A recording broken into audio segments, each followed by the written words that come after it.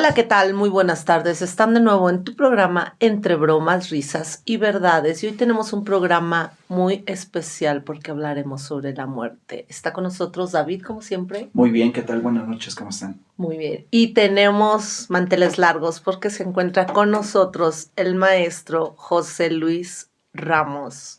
Un placer tenerte con nosotros. Muchísimas gracias por aceptar esta invitación. El gusto es todo mío, Brenda Eliana. Muchísimas gracias por la invitación y es un placer estar con ustedes, David. Gracias.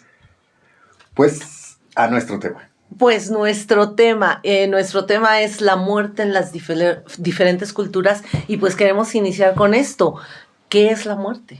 Bueno, en términos prácticos y técnicos, la muerte es la finalización del proceso que entendemos como vida y se presenta en todos los seres que en algún momento estuvieron vivos. El tema cultural, el tema interesante es que pues a nosotros los seres humanos nos atañe profundamente porque al ser conscientes de nuestra existencia, al tener una conciencia sobre nuestro paso por este mundo, pues nos genera una tremenda angustia el saber que vamos a terminar, que vamos a morir. Claro. La vida es maravillosa, es una cosa extraordinaria, lo que perciben nuestros sentidos es delicioso todos los días. A veces nos metemos la cabeza en problemas y pues, nos ahogamos en nuestros vasos de agua, pero en general la vida es una experiencia extraordinaria. Tener la conciencia de que esta vida se va a terminar y tener la conciencia de que nosotros dejaremos de existir, pues es una de las angustias que nos han perseguido desde que nacimos como especie. En ese proceso, bueno, pues se nos han ido ocurriendo muchísimas cosas, porque la verdad es que hay un conjunto divertidísimo de ocurrencias sobre este tema, siempre tomando en cuenta las cosas que haya a nuestro alrededor. Por ejemplo, entre las culturas más antiguas, los griegos tienen uno de los mitos más bellos, uno de los mitos más hermosos sobre qué sucede con la muerte y lo relacionan con los ciclos naturales que tiene la fuerza de la naturaleza en nuestro mundo. Para los griegos, pues el mundo se divide en dos, que es el mundo en el que nosotros convivimos, el inframundo, que es el Seol o el Hades, donde viven todas las almas que han perecido, que han muerto. En el mito de los griegos, pues hay una mujer preciosa, maravillosa, que representa lo más hermoso de la vida, que se llama Perséfone. Y Perséfone vive su vida hasta que se enamora de ella Hades, el rey del Seol, propiamente también rey del Hades. Y bueno, cuando se enamora de ella, se la lleva a vivir al inframundo. Cuando se la lleva, se marchitan todas las flores, se mueren todos los árboles y reina la tristeza en la naturaleza. Entonces, bueno, pues es rescatada. Hay allí un enfrentamiento entre semidioses y dioses, depende de la versión que tengas, tienes la versión romana, la versión grecorromana o la versión griega, pero hay una búsqueda de esta diosa perdida y bueno, pues es rescatada y vuelve a florecer todo sobre la tierra. Aquí se va a poner interesante el asunto porque resulta que Hades no está muy de acuerdo con que se hayan llevado a Perséfone y entonces lo que propone es un acuerdo en el que la mitad del tiempo Perséfone va a vivir en el Seol y la otra mitad va a vivir sobre la tierra. Y esta es la explicación que le dan los griegos a la aparición de la primavera, el verano, el otoño y el invierno.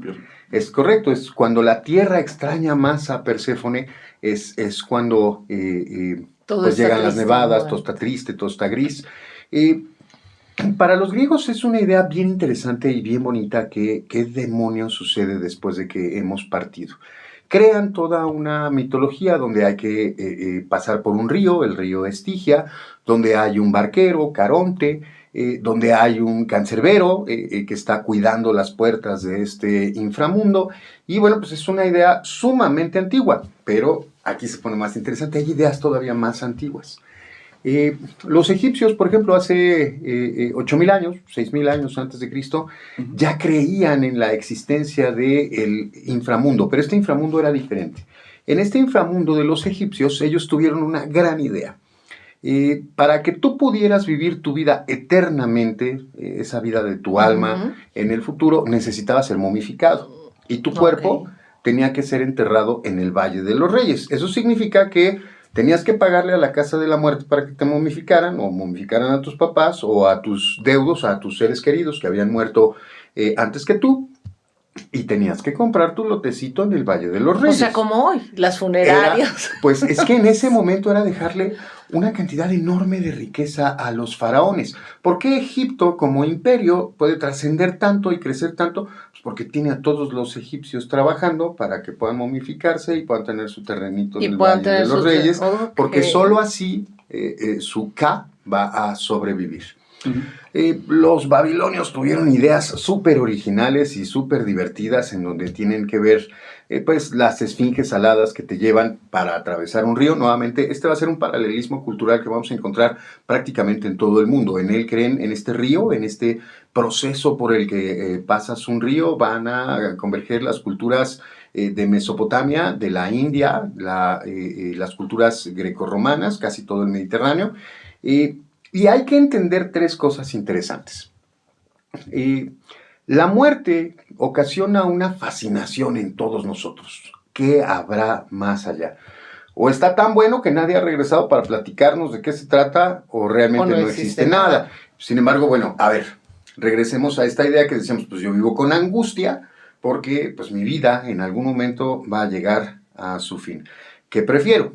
Vivir con esa angustia, con la tristeza, porque hay dos formas de resolver la angustia, la tristeza o la esperanza. La tristeza de aceptar que no hay nada más y hacer lo mejor que pueda con esta vida. O la esperanza de que hay otra cosa donde podré resarcir mis errores, ser feliz. Y volver otra vez. ¿A quién se le ocurre que hay una esperanza? ¿O por qué surge esto? ¿Dónde surge esto con la resucitación de Jesucristo? ¿O dónde surge esto de que no, es mucho más antiguo, no, para nada. No, ¿dónde surge el que existe otro plano después de este? ¿A quién se le ocurrió la idea? La idea es de los egipcios. La idea de que existe un más allá es de los egipcios. Los seres humanos hemos creído en dioses.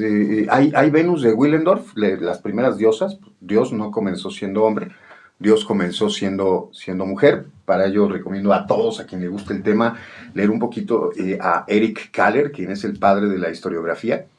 Las primeras figuras a las que les rendimos culto eran mujeres. Mujeres que representaban fertilidad, que representaban hijos, que representaban la sobrevivencia de la tribu.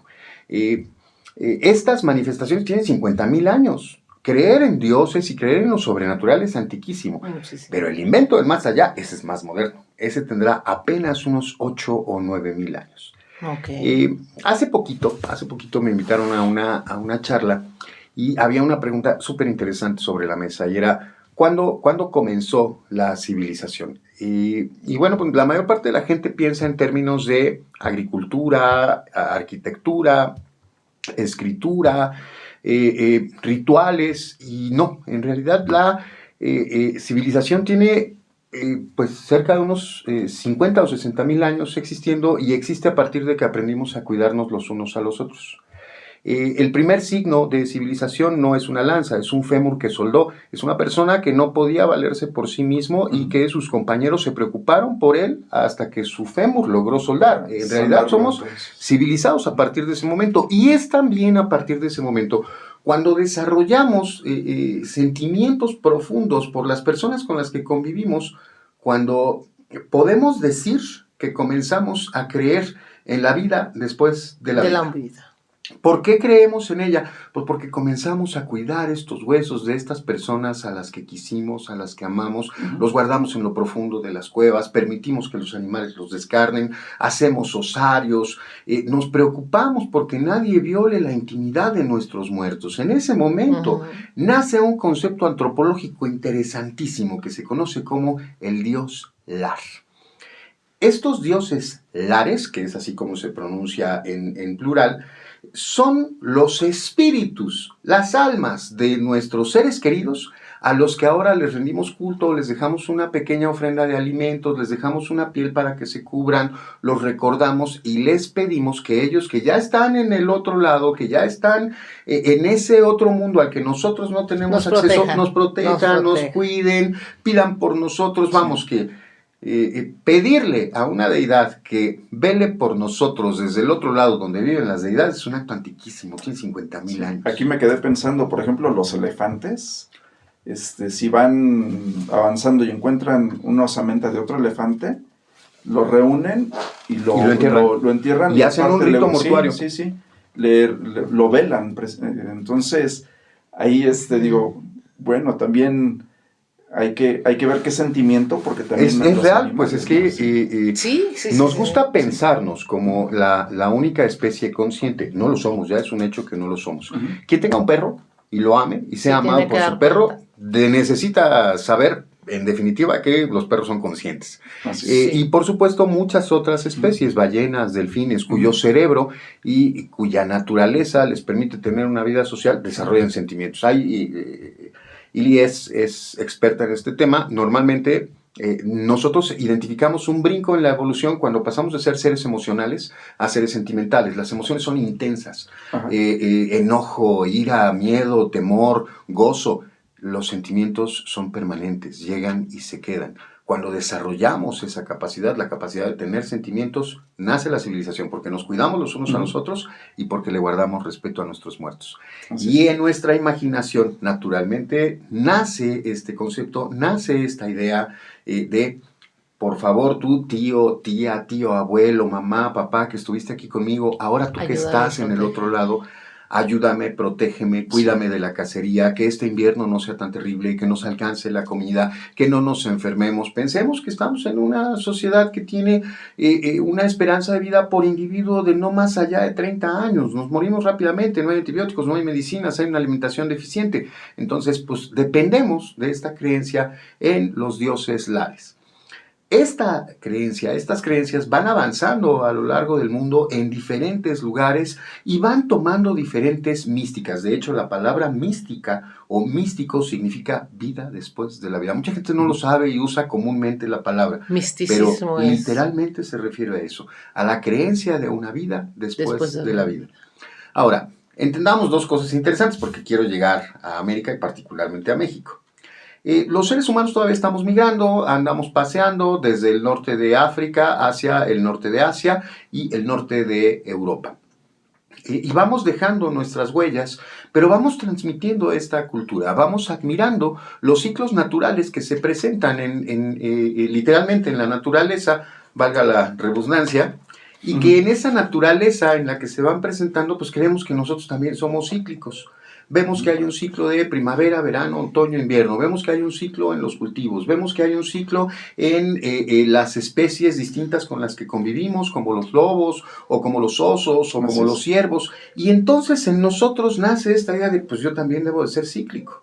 Y entonces en casi todo el norte de Asia se desarrolla la creencia de la reencarnación. Es decir, yo tengo un alma que habita este cuerpo porque yo no soy mi cuerpo, yo no soy mi mente. De hecho, actualmente todavía la mayor parte de las doctrinas filosóficas orientales creen en la no mente. Yo no soy mi mente. Hay algo más poderoso, más grande que mi cuerpo y que mi mente. Ese realmente soy yo. Y ese que anima a mi cuerpo y a mi mente volverá después de irse. Depende de qué haga yo a lo largo de la vida. Puedo regresar si hice bastante mal como un árbol bonsái, que sería como el castigo más grave porque no tienes raíces ni tienes oportunidad de crecer. O puedo regresar como un ser más evolucionado aún para venir y enseñar y ofrecer lo que he aprendido. Así es. Estos castigos, perdón, como dices tú, estos castigos, ¿de dónde vienen? Porque me dices, bueno, esto es más antiguo que Jesucristo. Que Pero por supuesto, muchísimo. ¿Por qué inician? Me imagino que es algo como para someter a las personas o para poder manejar un gobierno, por supuesto, ¿no? Un gobierno para poder, te tengo que condicionar de alguna manera, tengo que condicionarte un mecanismo de y control. tengo que usar, es control mental. Se los voy a platicar, yo pienso que en 5 minutos me basta. No nos vamos en 2 programas, chicos. Es la más divertida de la Tierra. ¿Qué suelo explicar con esto? Yo suelo explicar que si pensamos que hace unos 30,000 años en la zona del Mediterráneo apenas estábamos descubriendo la agricultura y teníamos ya ciertas creencias en la vida más allá de la vida, en los dioses. Si tú regresaras y le preguntaras a un hombre de estos, oye, ¿por qué llueve? Pues el espíritu de la lluvia. ¿Y por qué hay buena pesca? El espíritu de la pesca. Oye, ¿y por qué tienes buena cacería? El espíritu de la cacería. Sí, es en serio. Sí, es cierto. Nuestro pensamiento era mágico, místico, religioso, casi por completo. Entonces, en ese momento de la historia, pensemos en un tipo que por mutación genética tiene una cucharada más de sesos. Es un tipo listo, es un tipo brillante.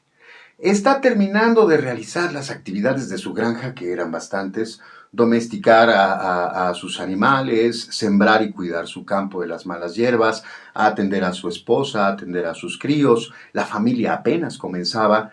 Y el hombre, muy tranquilo, después de todo su día, decidió sentarse, recargándose en un árbol que tenía, que era su árbol favorito, y en medio de su granjita, que él compartía con otros 10 o 12 granjeros, pues había una piedrita, imaginemos, en la forma de este micrófono. Y él presenció un espectáculo divertidísimo y extraordinario para él. Justo cuando caía la noche y se alzaban las estrellas, vio que en la punta de su piedrita salía una estrella y dijo: vamos, que este espectáculo me ha encantado y mañana lo voy a repetir. Al día siguiente lo intentó, pero solo lo intentó porque la estrella salió un poquito a la izquierda, y al otro día un poquito a la izquierda, y al otro día otro poquito más, y después de 365 días dio la vuelta completa. Ese hombre, que era muy observador y había identificado que las estrellas daban vueltas, vamos, desde su punto de observación, hoy sabemos que no, pero desde su punto de observación se dio cuenta de que las estrellas daban vueltas. El hombre estaba fascinado con el tema, así es que al siguiente año comenzó a hacer dibujos alrededor de la piedra. Cuando había muy buena pesca, dibujó unos peces. Cuando llegaban las lluvias, dibujó a lo que él se imaginaba que era un aguador en los cielos que dejaba caer la lluvia. Cuando los cangrejos no tenían que comer, dibujó unos cangrejos que salían a comer. Cuando las cabras entraban en celo, dibujó una cabra bien loca. En precipicio. Chico en precipicio. Pero aquí viene más interesante. Cuando las mujeres entraban en celo, dibujó una hermosa mujer. Cuando los productos salían al mercado, dibujó una balanza, símbolo universal del mercado. Todos conocen esos símbolos. Perfecto. Ese hombre había identificado el primer calendario de la historia. Ahora, yo les dije desde un principio, este hombre tiene una cucharada más de sesos. Y con esa cucharada más de sesos salió con los demás granjeros y les dijo: miren, los dioses han hablado conmigo y me han revelado que yo debo de ser su rey. Y como su rey, les voy a decir cuándo sembrar, cuándo ir al mercado, cuándo van a llegar las lluvias, cuándo deben de salir a pescar, cuándo no deben de salir a pescar, cuándo bajan todavía los leones a comer personas y ustedes deben de guardarse y no deben de salir.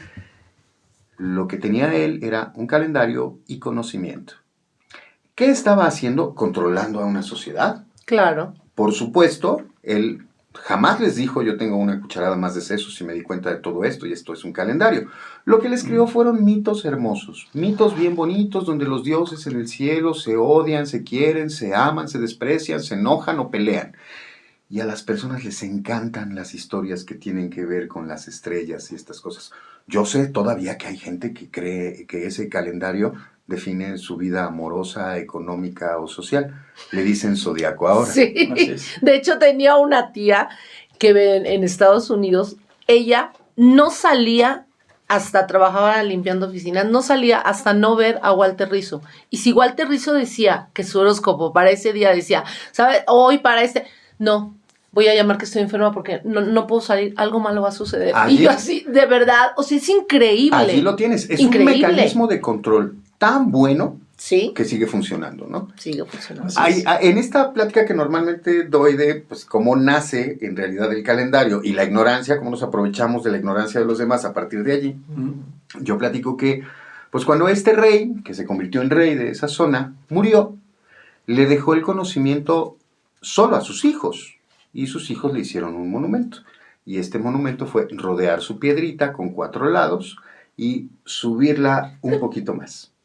Sus nietos hicieron un cuadrado un poco más chiquito y subieron la piedrita un poquito más. Entre más alto es el punto de observación, más preciso es el calendario. En realidad lo que había hecho este hombre era un calendario. ¿Qué son las pirámides? Calendarios.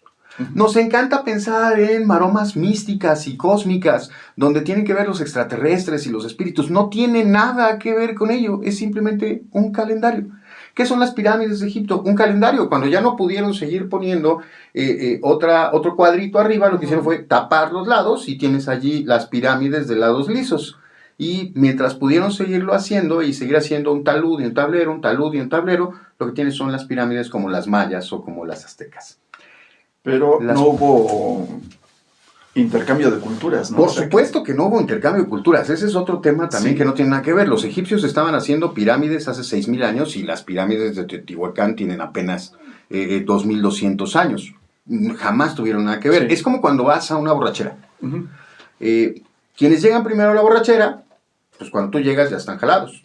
Uh-huh. Justamente así sucedió. Mientras los hombres comenzaron a ser sedentarios en Medio Oriente, pues los otros hombres andaban todavía vagando, encontrando el norte de Asia, dándole la vuelta a Asia, llegando a América y comenzando a bajar a América.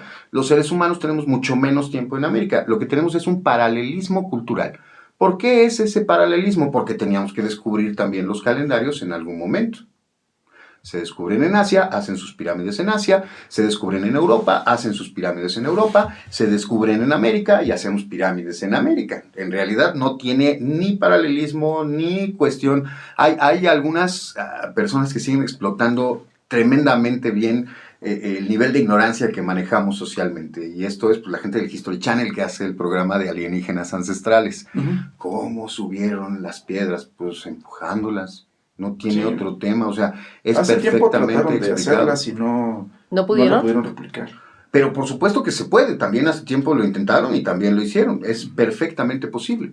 Es simplemente ir manejando los principios de física que todos conocemos actualmente, como la palanca y el plano inclinado. El hecho de que nos guste pensar, es como comenzamos, y voy a darle el círculo a la charla. Nosotros comenzamos diciendo, si te dicen que se acabó todo y que no hay nada más allá de la vida, pues sientes bien gacho y no te gusta y no te acomoda. Si y te haces dicen, lo que se te da tu gana aquí. Y si te dicen, es que hay una esperanza, ¿qué haces? Agarrarte de la esperanza, porque te gusta. Uh-huh. Si te dicen que los alienígenas y los poderes telepáticos fueron los que hicieron pirámides y a ti te gusta creer en eso, pues lo vas a creer, aunque tengas toda la evidencia encima de que eso no funciona.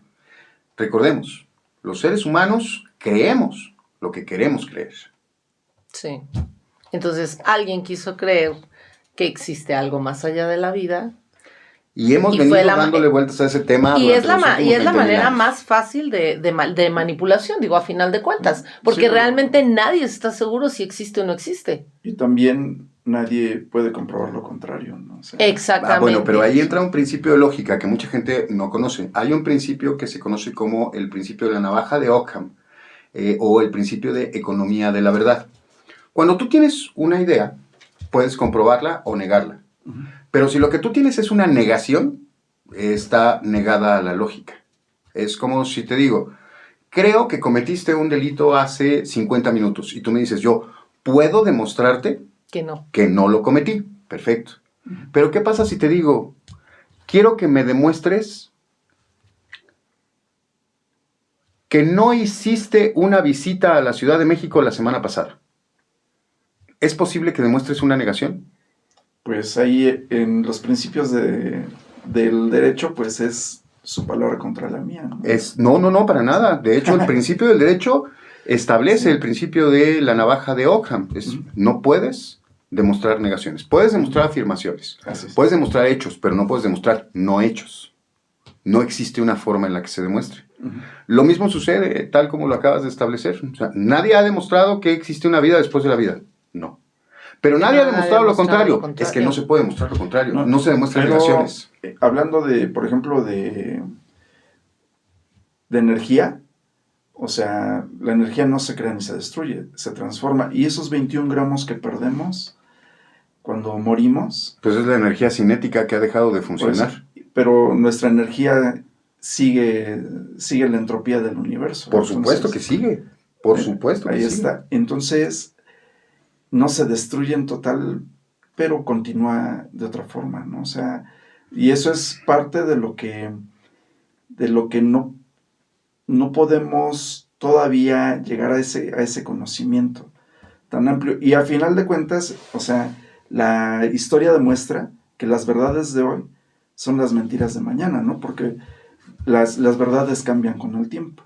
Entonces, no podemos tener una verdad absoluta en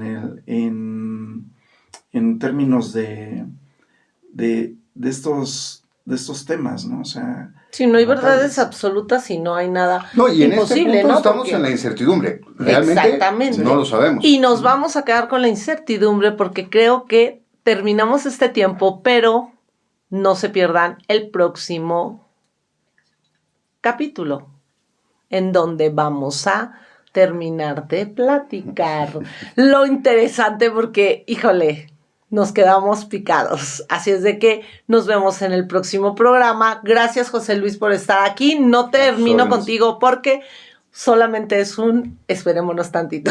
Gracias por estar aquí. Gracias, David.